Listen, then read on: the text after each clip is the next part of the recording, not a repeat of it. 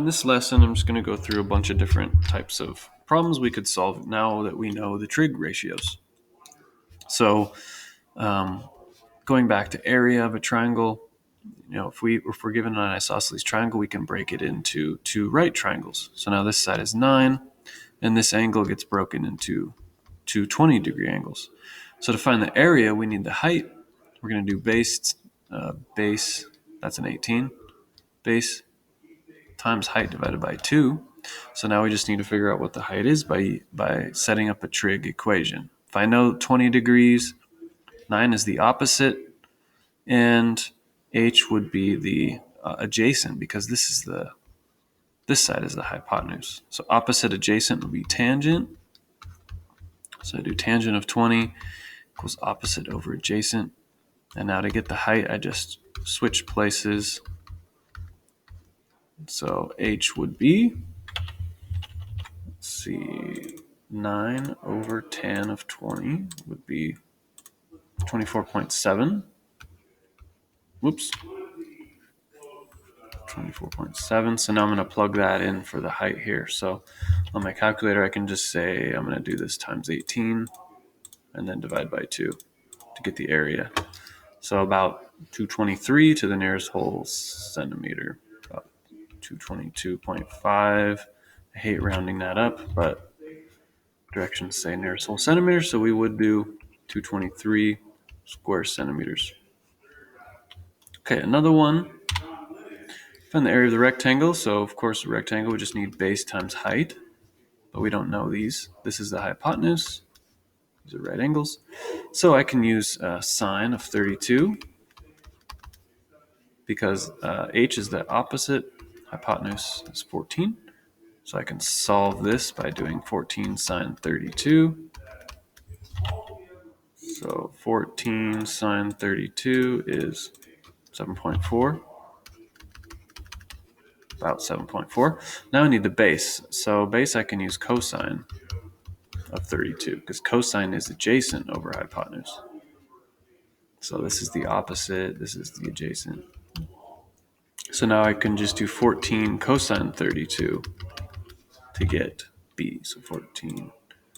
Almost the same thing we did before. So I get about 11.9. So I'm going to do 7.4 times 11.9, and I get the area of that rectangle. Or I could just take, I could have stored that first number. I'll just maybe write down a few more decimals just to be a little bit more accurate. I'll just do all of them.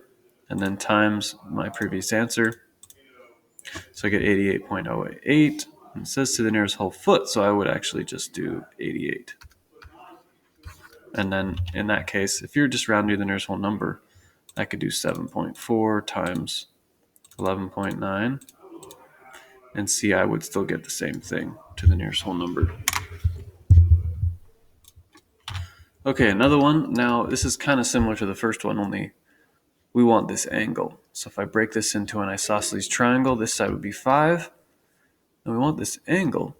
So kind of missing. Oh, I'm given the area here. So I should set area equal to base times height divided by 2. And now I can figure out what the height would be.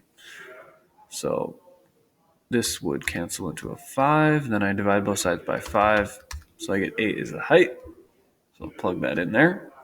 So now I can say 5 is the adjacent and 8 is the hypotenuse. And that leaves tangent. Cosine.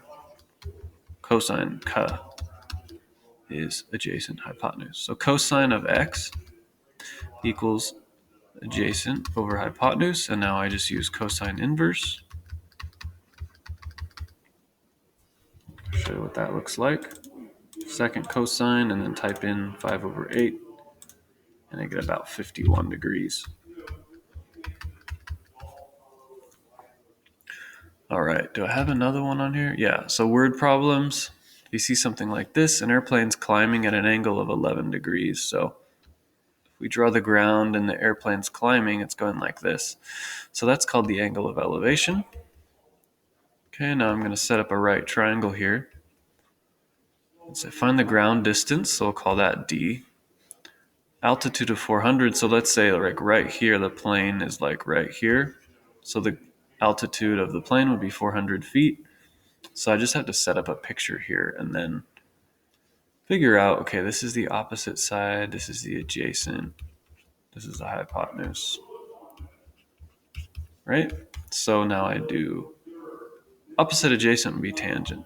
So tangent eats the 11 degrees, and I do opposite over adjacent. To solve this, I can cross multiply, and the d and the tangent are just going to switch spots. So 400 over